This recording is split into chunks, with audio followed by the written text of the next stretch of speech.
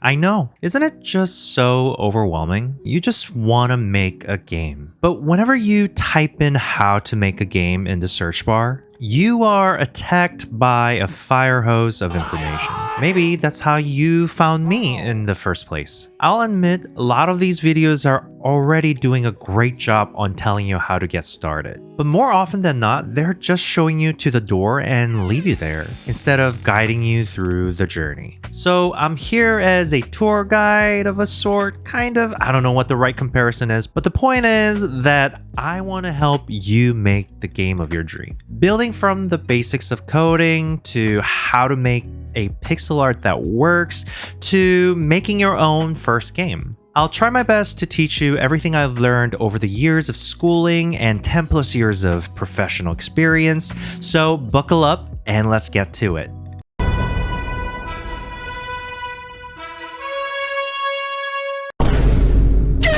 In today's lesson, you'll be creating your first application while learning the basic key concepts of programming like variables, data type, and how computer works in general. Now, depending on where you're starting from, you might be already familiar with some of these concepts. However, I'll be going over more than just how to use them. I will talk about what is actually happening under the hood in the computer, and I hope that will keep you entertained. But mostly, it'll help you build that fundamental understanding of how it works so you can be your own problem solver. I think this will be fun. I think you'll have a good time. Now, typically, you want to start your programming journey by choosing your programming language. And there are a lot of choices out there. If you are planning to stay in this hobby or profession for a long time, you'll go through many different languages and you'll be forced to actually learn different languages. For example, I started with a programming language called Java in school, but I had to switch over to MATLAB because I was working in a lab. And then I had to learn C language for hardware programming at some point. And then once I became a professional engineer, I had to come back to Java or learn JavaScript, Python, and all the in-house special languages.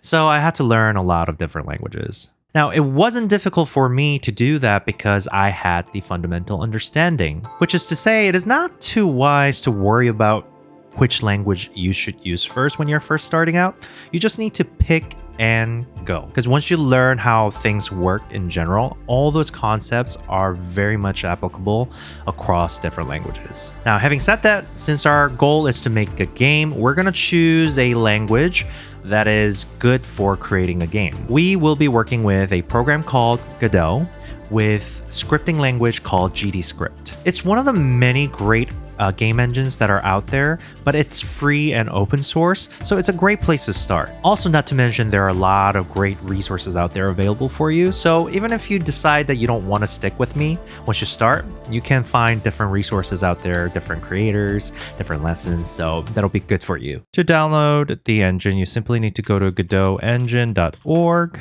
and then try to download the latest version of it. And once you download the installer, you can install it in your computer. Once you have done that, you should be able to open your Godot engine. And it should look something like this. Now, I have a bunch of projects already in here, so you won't have all these things. These are all the projects that you create or import to work on. First thing we're going to do is we're going to create by clicking create here. And then you can, of course, choose where is your project folder in your computer. That I'll leave it up to you to decide. And you can decide on the name. Let's call this Hello World. A little bit about Hello World. Why Hello World, right? That's the question. Now, almost all, if not all, programming lessons start with a concept called Hello World. And you might have seen memes or references to this before. Hello World application is really important in starting out because it teaches you how to display information on the screen. Now, it may start from just displaying the text Hello World on the screen, but it can be applied to show answers or outputs, calculation, or result of a bug on the screen. So it's actually really important to know how to do this first. And then it's an easy way to introduce some of the key concepts of programming if you're just starting out. So I'm not going to make an exception for you. That's where we're going to start. And today we're going to look at two different ways to do it. One, displaying the text on the game screen itself, and the other, we're going to display the text on what's called a console screen. So let's actually work on something that runs, right? Simply enough, we're going to work mostly on 2D here. So we're going to click on 2D on the top left here on the tab. Few guidance here. Basically, these are different tabs of the screen. We're going to get familiar with each one of them, but for now, all you care about is going between 2D and script. Script is where you're going to write your code. 2D is where you're going to see basically the representation, edit, and see the representation of your game. We're creating a 2D game in this case, well, game application. So we're going to click on 2D scene here. Boom. You see this little star on the tab means that this scene has not been saved. Anyway, so everything is a scene in Godot, and then basically you populate the scene with a bunch of different other things called nodes within there. So there are a lot of pre-made functionalities. As you can see, there are nodes that are listed with some names, and it should be pretty obvious what they do. And if you don't know, they have names on it. You don't have to worry about many of these things today, but you can play around with it, and this is a great point to like discover what you want to do with it, right? Because these are the keywords that you want to search for on YouTube or Google or in their documentation. Once you get more proficient and comfortable in working with it, and that's how I would approach learning new functionalities. Okay, so first thing we're going to do, we have a Node 2D, we opened it, we create a scene, but it's not saved yet. So we're going to save it first by doing Control+S, right? Or you can go to Scene Save. We're going to call this main because this is where our program is going to start. Now that we have a main scene saved, we can launch this program already to see what it looks like. To do that, you can click on this arrow on the top right that says Run Project. If you hover over, you can see it. It's also F5. When you click it, it's going to say, hey, for this project, which scene are we going to say is the main scene it's going to start from? So you can either select current for the scene that I have open, or you can just select and browse to the scene you want to start from. It's not that important right now. You can just select current, or you can choose main. Obviously, it's empty right now. There's nothing going on, but we have a program. So a few things I can do. This is a scene. I want to add some stuff in here. And today we're going to work first from something called label. So we're going to search a label, and it creates some box here. You can see on the top right here is a inspector. And this is where you would change the property of the nodes. So each node in this engine, once you edit, whatever it is, it doesn't matter. I'm going to choose something else here. Every time you click, you can see the right side of the window changes based on what I have selected within the scene. And that is where you would edit the properties of each of the entity, or we're calling them nodes. So let's delete this for now, because we're not going to use it, but we're going to use label here. So label, if you see it, there are a bunch of different properties. You can see some of the organization here. Basically, the way the nodes are created, this may or may not be important to you. They're created in hierarchy. That means each node are made from other stuff. So in the top, everything is a node. If I type label, you can see that node, canvas item, control, and label. This means label is made from control, and control is made from canvas item, and canvas item is made from node. And that is to say, label has all the properties that the control have, and control have all the properties that the canvas items have, and canvas items have all the properties that the node have. How is that relevant here? So if you look at the label here, you can see right here, it says label, and these are properties that are specific to labels, right?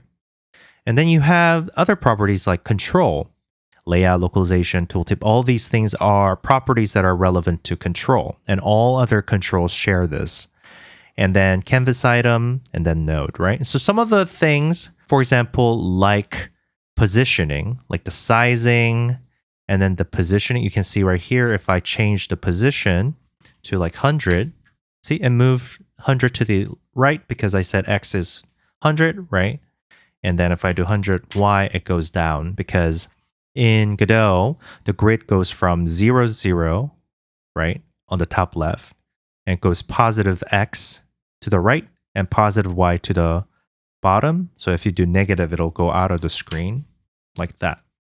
So, and this is the region where the screen shows when you launch the program, like so. So that's kind of the basics of node property and how to use inspector. And you could have probably already guessed, label is the kind of node where you can have text label. So for example, here, if I type hello world like this, you can see that it shows up on the scene and it's top left here. If I launch the program, whoa, it's right there on the top left corner. Beautiful. So that's what we intended to do. Now, if you don't want this here, obviously you can just click on this right here, the move mode, and then move it around. Or if you want to be more specific, if you want to actually give it a very specific positioning information, you can actually type the position out.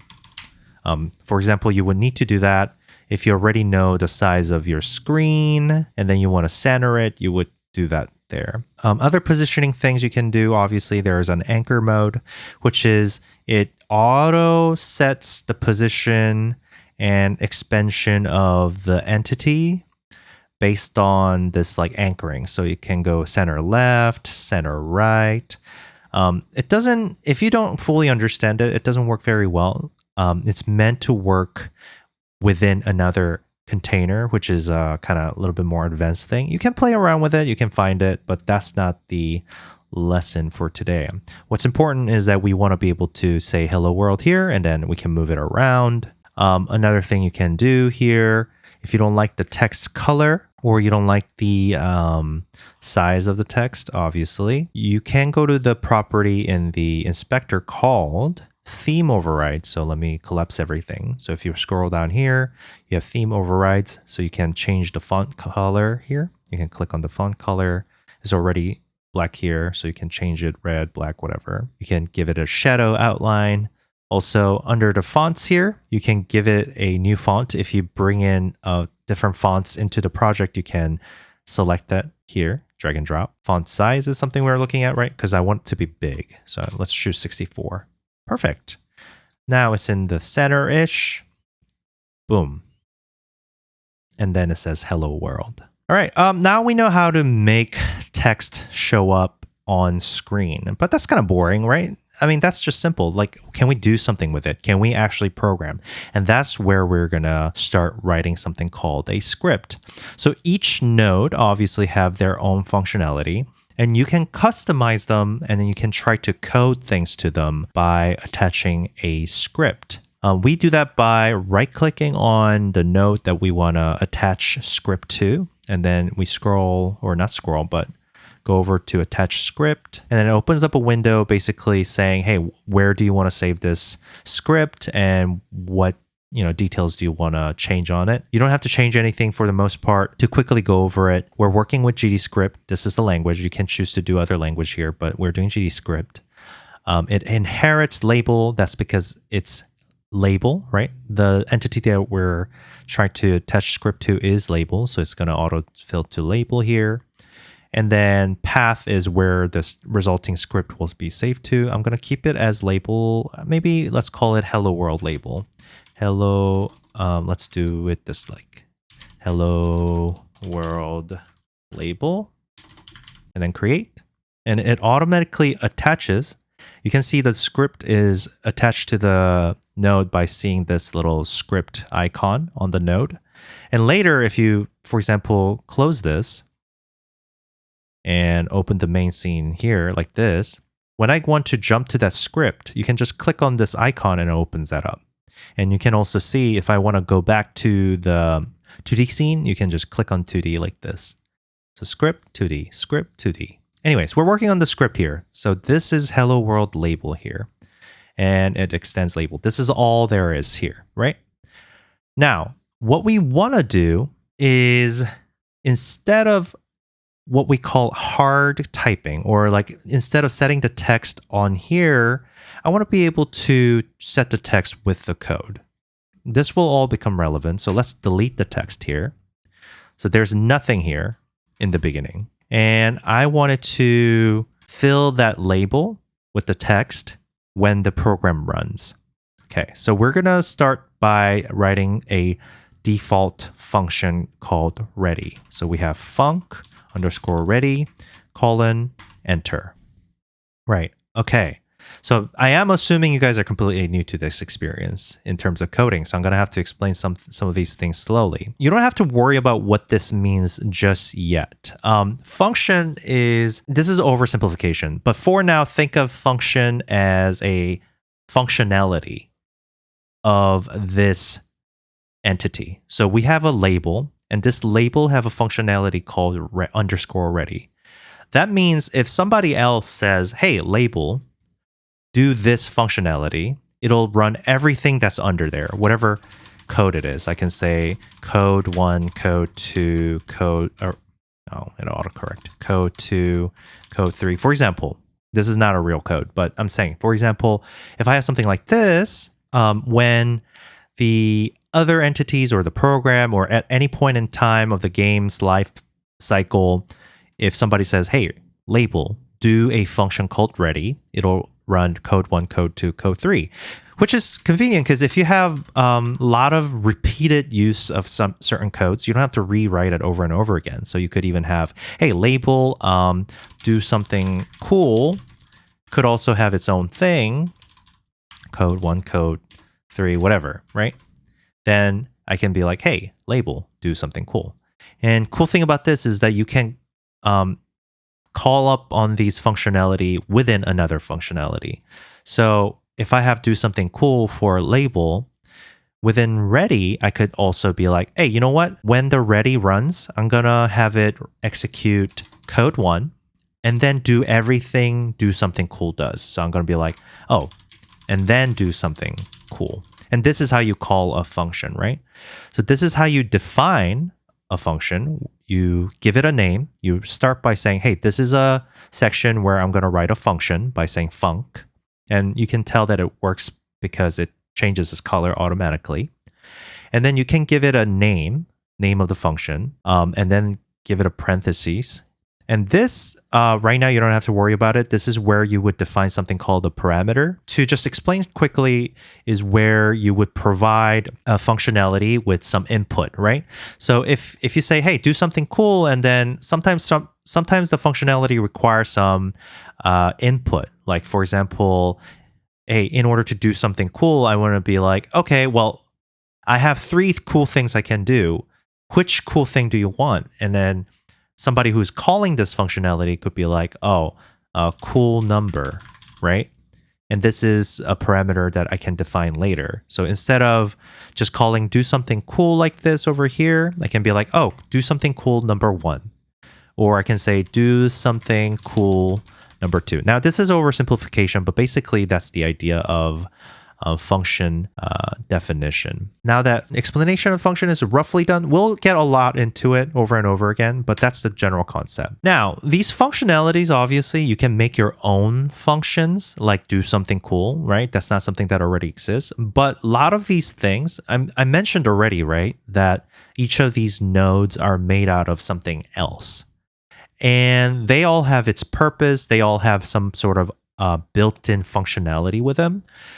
Something that every node, well, almost every node in the, Godot engine has is a function called underscore ready. And this function in particular automatically runs as soon as this entity starts in the game. So this is a part of the code that will run automatically when you run the game, basically. If we go back to the purpose of what we're doing, or the goal of what we're doing, we wanted to update this label's text to hello world when the game runs, right? We're going to write pass here. Pass is basically saying, because right now, if I just save it, you see this red highlight that's highlighting the function and tells you, hey, I expected a indented block after a function declaration. This just means, hey, you defined a function, but you didn't put any content in it, and I don't know what to do with it. So here you have to write something, and pass is basically do nothing command to make it not cry about it. So we're going to write pass here. So right now, this code doesn't do anything. Label doesn't have everything at all. So if I run the project, you can see that there's nothing here. And our goal is when the game runs, that label gets filled with hello world text. And this is how you would do this. All right. This is a code for the label. And that means within this code, right, because I'm inside the label, I can access basically any property of the label. And this is a property called text within label. So you can say, hey, text. And you can see this auto fills. This is how you know that you are looking for the right one. And if you didn't know, if you just knew that it starts with T, but you couldn't remember, you could just write T, and then it shows you all the possible things you can do with it within this. .p means property. So property is like these things where you can set the value. And this is a signal. We can talk about that later. And then f is basically function. So these are things you can call, right? So if I do toString, for example, it needs this parentheses. If it's just property means it's a value you need to set. So you will say, hey, text, which is a property. And the way you can set this value is by saying equals. And this is probably self-explanatory. And then you got to do double quote, hello world, right? Simple, very easy. And you don't need this pass anymore. So what's happening here? We're saying, hey, on the left side, we have this property, and that property equals to this value. The double quote is used to indicate that, hey, will indicate to the program saying that the value in between the double quote is what we call a string. Easier way to call a string is text, basically. Any kind of letters are considered string in coding world. So we're going to refer to these as string from now on. And double quote is required. Because if you don't, okay, well, I think this is an interesting thought process or a thought exercise, I guess. Difference between not using a quote and double quote is important because computer needs to know if you want to write the word or the phrase hello world, or if you're trying to access a property called hello and world, right? Because when we wrote text over here, we're saying, hey, give me the property text, not the word text. So that's why you need to distinguish them. In any case, let's run this and see how it works. Boom, hello world. It's working. Okay, so now you know how to use the label, you know how to attach a script to the node, and then you can run some code when the game starts. We're going to do something different now. We're going to get a little bit more advanced. So we have a property called text. Instead of just saying text equals hello world, we're going to do it the quote unquote proper way. And we're going to do this by calling a function called setText. So this is a function that's already defined. So we're going to say setText. And then you can see, as soon as you write it, this autofill shows up saying that, hey, this function is defined like this. And it shows you that in order to call this function called setText, in the parentheses, you need to provide a property or argument called text. And this, we're going to get into this later, but basically the colon means what type of argument or what type of value it's expecting. And this one is string. We said string is what? The double quoted text, right? The words. So here, just like we did before, we're going to say double quote and write hello quote world exclamation point. And that is basically same as setting text equals hello world. And you can run that to test. And this is very important, by the way. You want to, every time you make any important change that you're unsure about, you want to run the code to make sure that that runs properly. Reason I did this is because I wanted to do something different. I wanted to show you something called a variable. And variable is probably new if you haven't done programming before. So let's talk about it. Okay, so variables. You might remember this from your algebra class. If so, the concept might not be so foreign to you. In computing, variables can be seen as pouches that hold values. And you can refer to these pouches by the name you give them. And they're called variables because the contents of the pouch could vary. For example, let's say I put a text hello there in a pouch A, and then Amy in pouch B. If I write a code saying show the text of pouch A plus pouch B, the resulting text would be hello there Amy, right? Because it's putting the two pouches together. Some of you probably already see how this could be used. Let's say I have a game where I take the player's name, then I can use this exact code to show message customized for different names. All I have to do is make sure pouch B is filled with the name the player gives. And of course, this is not limited to use with text. The pouches, now we will refer to them as variables, can have numbers, decimals, or truth or false values, also known as the boolean. Okay, so how would we apply variables here? We're going to do a few things here. We're going to say var hello text, and then we're going to say var world text world, like so. And then we're going to write something like hello text plus world text. Let's take a look at what's happening here. So variable, we talked about variable being like a pouch, right? Basically, you got to tell the computers that you're about to create a new variable, right? New pouch. Because computer needs to know that this thing that you named is a pouch or a variable. We're going to call this variable. So you do that by just like how when you declared or when you define a function, you start it by saying func ready. You want to start a variable declaration by saying var and then the name of the variable. And this can be anything, right? It can be A, it can be hello text. The standard practice is that you want to make sure that the name of the variable is descriptive. And then it has to be either camel cased, which is to say wherever there would be a space, you do a capital letter, or underscore to represent the space, because a single variable name cannot have a space in between. It doesn't know how to resolve that. So don't ask me why. I'm sure there is a reason. I can get into it, but that's going to take forever. We don't want to take too much detour. We like taking detours to understand, but we don't want to take too much detour where we don't make any progress. So that's where we're at. But anyways, let's take a look. We defined a variable called hello text, and then we said, hey, this variable equals to the string hello. And this one is world text, which I defined as well, equals world. So if I run this, what's going to happen? Yep. It's going to just say hello world. But funky enough, there's no space hello after the hello comma, right? Because we're just appending these two words together. So instead, we can just even do one of these things, right? We're saying, hey, we're going to do this variable plus space character plus world text. And then you can do this. Now, you can play around with this all you want. Once you define a variable, you don't have to redefine it. You can change its value. You can add to it. So for example, I could say, hey, hello text. Instead of hello, I'm going to say hi. After defining it as hello, I can re-invoke it on the left side and then say equals hi. What's going to happen here now? Well, it was originally hello, but over here when the code executes, right? Code executes from top to bottom when it runs. It comes over here and then it's going to replace the value of the pouch, right? The content of the pouch that is variable called hello text will become hi instead. So instead of hello world, we're going to see hi world.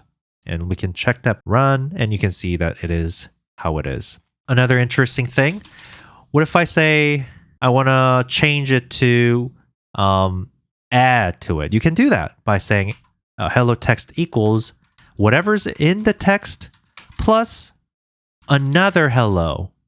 How about that? Now it's going to say it was a hello here, and then the new value for the hello text now is whatever was already there, which is hello, plus another hello separated by space. Now, if we run this, we're going to see hello, hello world. Beautiful. Now, its alignment is a little weird, but you can figure that out. We can do some cool things here, but before we move on, I think I want to show you one more thing. So label is, we said, showing the text onto the game screen, right? Now, you've probably noticed at the bottom here, you can see debugger, output, all these things. So this output is something that only you as a developer see. And this is very useful because sometimes you want to be able to print the value that's in the variable without showing it to the screen in order for you to actually see what's going on without having to show it to your player or on the application side, right? Some secret messages, for example. How would you do that? So instead of setting text, because we don't want to hello world, we'll delete all this now. Instead of doing hello world on the label, we're going to print that text onto the console. This is called a console, right? There's a function called print, and you can just write any text just like you did with set text function there. Oops, seems like I misspelled this variable. See, you can see that it's very good about, programming is very good about detecting errors when it doesn't understand and tells you. So learning what that error means is also a kind of skill. Anyway, so we have hello text variable, world text variable, and we're called a function called print. And if we run this, nothing on the screen, but without stopping the program, if we go over here on the output, whoops. This is, by the way, I clicked on the reason you didn't see this earlier is because I clicked on this. This is basically different type of prints you can have, and you can filter it. You don't have to worry about it. Basically, you want all of them to be enabled. And you can see hello world right here. And that is a result of the program running. All right, just in case you don't believe me, I'm going to clean this. This is how you clean the console. I'm going to run it again. Boom. And then you see all of these things popping up and then hello world right here. So this is how you would print to the console. All right, next, let's make it so that the hello world is replaced by hello name. That way we can just take in whatever somebody or like the player or the user types in and then take that value and then say that instead. So I'm going to remove this real quick again. And then we're going to rename this to a name text. And for now, let's say Ezra, because that's me. It could be your name.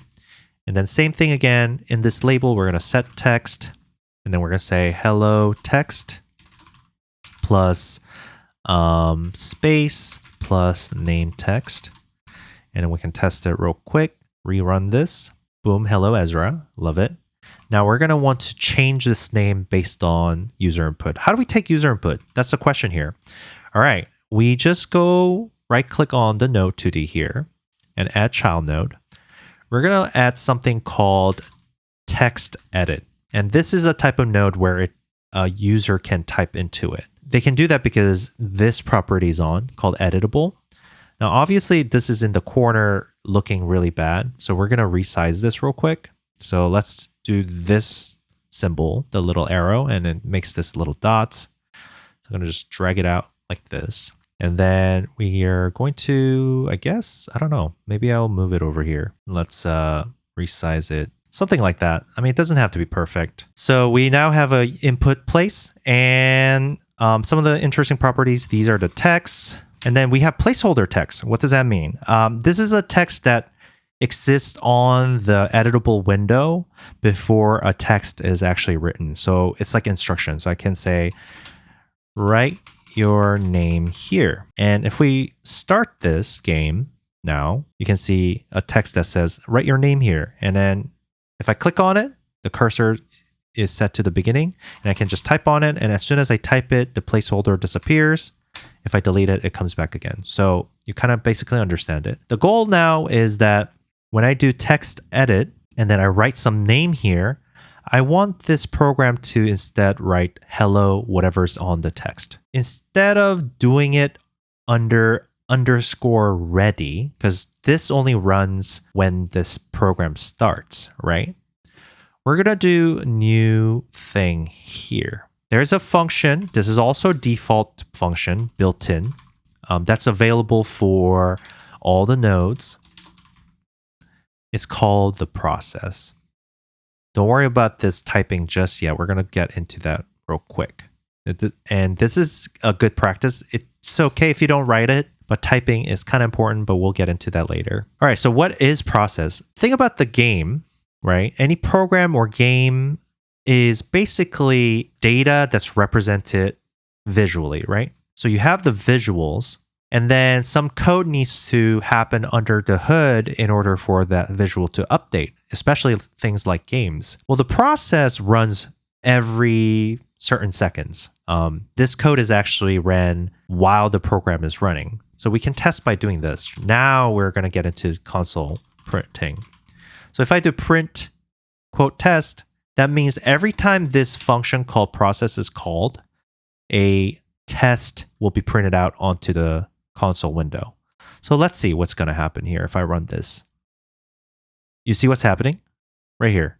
You see this number right here, and then it's keep printing test because this is being automatically ran every what we call a game loop, right? So this is running all the time, basically. That means whatever, if we write an update code where we update this label based on this text box, it'll update that label in real time as soon as the text changes. So we're going to do a few things here. First thing we want to do, under the process, we're going to copy this code right here.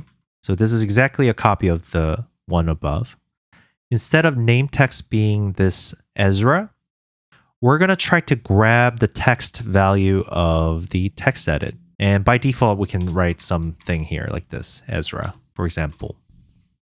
Let's do it this way. I want to grab the text value under the text edit. How do you think I do that? Well, what you can do is you can grab the text edit, click and drag. You can see I'm dragging it and drop it here. So now I can access the properties in the code of this particular entity. You can say dot, and dot makes it so that I can access the entity functions and, all the things that are available for this node. So let's take a look. There's a bunch of stuff here. Is there a text? I can start writing text, and you can see, sure enough, there's a text property. So what's happening here? I am setting the variable called name text with the text value on this node, right? I know it looks a little bit confusing, but it's pretty simple. The dot basically makes it so that you access functions or properties of some entity. And we grab this entity and we said we're going to grab the text of it. Let's run it. Boom. It says, hello, Ezra. So if I delete it, it goes away. And I can say Sam. I can say Tom. We can say Mikori. We can even say just this or question mark. Wow. All right. So now you have something active going on. You can take input and you can update output. You have a basic program running. Before we move on, I wanted to address something real quick. Something we actually need to do, the best practice is typing the variable. So right now, this variable, the value of this variable can be anything. It can be a text like this. We call it a string. Or if I say, hey, you know what? Hello text is actually just a number. Name text also is another number. Let's say 1. And it'll work fine. Now it's going to be, oh, whoops. It broke because this function is expecting text or string, but we're adding numbers in it. So it doesn't know how to add number to text. If we do this right here, so we say hello text plus name text, it's not going to work because this is still a number. All right. Well, okay. I wanted to actually talk about type, but this is a bit of a thing that I think you need to know. So this is a number, and this function, as you can see, expects a string. So in order to convert the number into a string, what you need to do is you got to do str function on that value. So you have str hello text plus str name text. Then what do you expect is going to happen? Let's think about this. 123 is going to be changed into a text. So it's going to be a text called 123. And this is going to change into text called 1. So it's going to show 1231 because it's considering each of these as a string and they're just appending it. Now, let's say if I wanted to print it so that it does 123 plus 1. Then instead, there are a few ways to do it. You can do it like this. You can say var sum equals hello text plus name text, right? So it's another number called sum. And then you can do string on the sum. And now you call the string. Now it's 124. Alternatively, if you didn't want to do this, which I don't recommend you do that, you can do hello text plus name text, and then surround that with the function called string. So it's going to do this math first, and then convert it to string, and then call set text. And you can see the same result, 1, 2, 3, 1, 2, 4. Beautiful. Now you know how to do a bunch of stuff. Okay, let's talk about typing. Technically, these are strings, and you probably already saw it a little bit. Every variable needs to be typed, in my opinion. I know. The Godot engine is very much, okay with not typing it. That allows you to go back and forth. But you can see already benefits. Hello text is string, so I wrote hello here. And then when I tried to assign the number, it said, hey, why are you trying to assign int as string? There are a bunch of different primitive types, what we call a primitive types, because there you can define your own type later, but there are basically some basic built-in types out here. I can show you what types are there. In the document of Godot, which I think you can just find it online on Google, you can see all these different types. It says there's a type called bool. So each one of these types are something that you can give right here. Like, for example, bool. Then it's going to break again because this is not a type bool. And you can see what they mean over here as well. Some of the fundamental types are bool, meaning boolean, which is true or false. These are the only values that it can take. Int is a short for integer, which is a whole number. Float is a decimal number, like point something something. String name, node path, factor, all these different types, right? What we care about right now is string. And you can see that it breaks. And so you would be prevented to make these type of mistakes before you release your game. Fortunately, GDScript is very forgiving when it comes to use of variables and its types. Because in programming, you would normally have to define the types of the variable. No, I don't mean type as in typing the text, but I mean type as in classifying. See, if you're doing things correctly, you would have to type the variable as string by writing this. On the other hand, if the variable was expected to contain whole numbers, I would have to type the variable as integers by writing :int. Now the question is, why is variable types needed? By now, I think most people understand that the computer sees information as ones and zeros, also known as bits. And these bits are put together in a row to represent a number, a data, it can be anything. Now let's go back to what we said before about variables. Actually, the variable pouches we talked about before, it's more like a pointer, little sign rather than a pouch. Now, what does it point to? It points to a spot in the memory. Because when you boil it down to its simplest form, your computer is just values in the memory combined with computation made by the CPU on that value. You want to add two numbers? Just put two numbers in the memory and tell the CPU to combine them. You want to see if two values are equal? Again, put the two numbers in the memory and ask the CPU if they're the same. So you have a bunch of bits in the memory and you have to choose a spot in there to store your value. Then you need ways to remember that spot, which is why you have the pointer, aka the variables. But the problem is when you're choosing a spot in the memory, how many bits should you reserve? If you don't predefine the number of bits to be taken out of use, you won't know where you can start the next variable. So the brilliant people in the early computer days came up with a bunch of rules on how many bits should be reserved for each type of data. So typing the variable basically helps with reserving an appropriate amount of space in the memory. Which means once you have a variable type defined, you can't suddenly assign values of the wrong type into the variable because there won't be enough space. If you make a mistake and accidentally put a wrong type of value, the program will error and let you know you made a mistake. And this restriction is really helpful in preventing you from making a mistake of changing types in the middle of your game or your program and not knowing what is happening. Wow, okay, that was oversimplification, but that was still a lot. And I think there's a lot of information to kind of learn there. So I'm going to stop information dumping here. The short of it is from now on, whenever we use variables, where we can, we're going to try to type them. Okay, one last thing I want to show you before I give you a little challenge. Let's talk about buttons. So let's look at a new node called button. And there are different types of buttons, but in particular, we're interested in just regular button here. Let's say this is a button called Ezra. Of course, that's my name. I mean, I don't know who else's name I'm going to use. And I guess I could just make it about this big. We can double click on the name here to rename it. I'll call it Ezra button. And then we're going to create another button called, I guess, I don't know. Let's say, I don't know, Naruto button, I guess. I mean, I'm revealing my age by showing this. But anyways, and then say Naruto. Okay.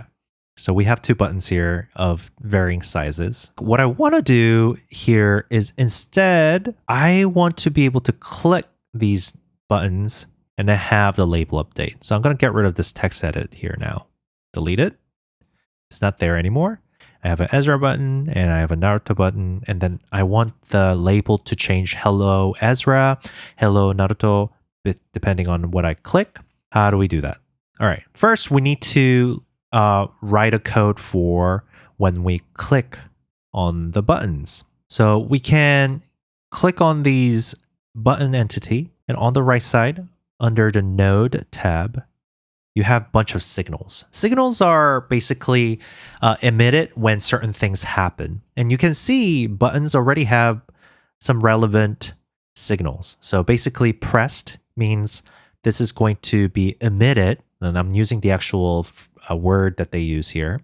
The signal will go out, that's what it means, when the button is pressed or when the button is down, when the button goes up, right? Presses down and up, toggled, all these different things that can happen.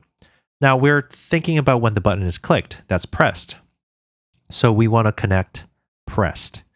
We double click it, and it opens up a window where basically it's asking me, where do you want to put the code for responding to the signal pressed? Right now, we only have a script called label. You can create a new script under the button. You can even create a script under the node here.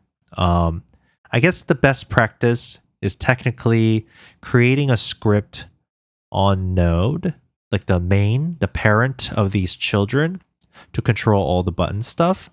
But, you know, since we have the label script here, and that's what we want to change, let's put the code for a button being pressed in the label script. We go to Ezra button, we double click on pressed, and we're going to just click label and connect. Automatically opens up the code. And make sure, by the way, anytime you finish, you gotta save. And if you don't save, there's gonna be a little star here. That's how you know the change hasn't been saved. Anyways, so it created a new function called on Ezra button press. So whatever is under this will be ran when the Ezra button is clicked. And then we can do the same for the Naruto button here. Double click, click on label, and connect. Now we have two button codes that I can run. We wanna make it so that we update the name text when the button is pressed. Now, this is an interesting spot where we can talk about basically regionality of variables. That is to say, there's actually two different types of variables in coding most of the time. Something called local, because it's a local variable that are accessible only locally, and then global variable, which is accessible throughout the entire code. Basically, the rule of thumb is wherever the variable is defined is where you can access the variable. What does that mean? So for example, I want to say, hey, the name text variable should be changed to Ezra right here. But if I write this right, like so, it's going to break because it doesn't see this variable. From inside of this function, it can't see inside of other function. Also, it's not going to work even if it did. But anyways, and you can see right here, it says identifier name text not declared in the current scope, right?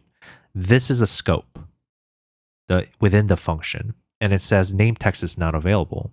So what should we do? All right, let's do some cleanup and then we'll figure it out. We don't need this ready anymore. So we're going to remove this real quick. And then the idea is we want the process to continuously update the text saying hello text plus name text, right? Well, let's talk. Okay, so reason I'm doing like yes, yes or no, because there's multiple ways to do it. I'm trying to consider what I'm going to show you next. That's why I'm like deciding what I should do. You know what? I'm going to show two different things you can do here. Okay, and both are very relevant and might be helpful for you for a little assignment that we do later. So let's say we want the label to update all the time based on the variable. Instead of putting the variable down here, what we can do is remove this, and it's going to say, hey, name text doesn't exist anymore, right? Instead, you can define the variable outside of the function within what we call a class. So this whole thing is considered a class. Label is a class. Class is basically definition or blueprint of an entity. We can get into that later lesson, actually not today. But anyways, we're going to call it that. We're going to say name text, and we're going to type it. As we said, we're going to always type it from now on. String. And now the variable is available everywhere. But if you run this right now, what's going to happen? Let's see. It'll simply say hello only, right? Because the value of the name text has not been defined. So a few things you can do is you can actually give it a default starting value. I could even do this, your name here. Save, run. Like this. This is running all the time. The process, right? We've already said this is running over and over again. So that means if something else, if we change the value of this variable somewhere else, the label is going to update automatically. So right here, I'm changing the name text to Ezra here. And over here, we're changing the name text to, let's say Naruto. Is this going to work? Let's take a look. So over here now, if I click Ezra, it says hello Ezra. If I click Naruto, it says hello Naruto. Aha, so the button is working. All right, so that's one way. This is not encouraged typically because we care about, in computing, we really care about function and efficiency. And typically it's not a good idea to do something that doesn't do anything over and over again. Why does it not do anything over and over again, right? If I run it right now, these two lines are running over and over again, even though I'm not doing anything. So I'm actually using processing power to just stay still. So that's like considered kind of bad and inefficient. Sometimes it's necessary, but for this particular case, it's not necessary, right? What we actually want to do is instead, let's say I move the hello text to the global and remove process. We want to actually update the label when the button is pressed. So we can say hello text plus name text. Or even if we can shortcut this, do one of these. I don't encourage this, but it's one way you can do it, right? Code is a lot shorter and it'll still work. Boom, boom. So what's happening here? It's saying when the button is pressed, set the text of the label. When the button is pressed, set the text of the label. Let's do something really quick. I'm going to say instead of Naruto and Ezra, we're going to do some math here. I'm going to say this is a 1 and this is -1. I wonder if you can guess what I'm about to do. Instead, when the Ezra button is pressed, this is a bad naming, but anyways, Ezra button is -1. So when the Ezra button is pressed, we want to do -1 to a number. So let's say we have a number called current number, and that would be integer. And let's say that starts at 0. When the button is pressed, I want to set the current number to equal to current number -1, right? So I'm decreasing the value by 1 and then display it. Say your point is space plus, remember the number needs to be converted to a string. So I'm going to say str function and then current number, and then do the same thing on the other button like this, except it's going to be plus here. What's going to happen? If I click the number, it's going to reduce the number, or if I click the -1 button, it's going to reduce the number by 1, and it's going to show and update the text with the new value. And it's going to do the same for the other button except +1. -1. 1, 0. 1, 2, 3, 4, 5, 6, 7. Minus, minus, minus, minus. All right. So we're doing something here. We're getting the global variable. We're changing its value based on the button press so that we can access it.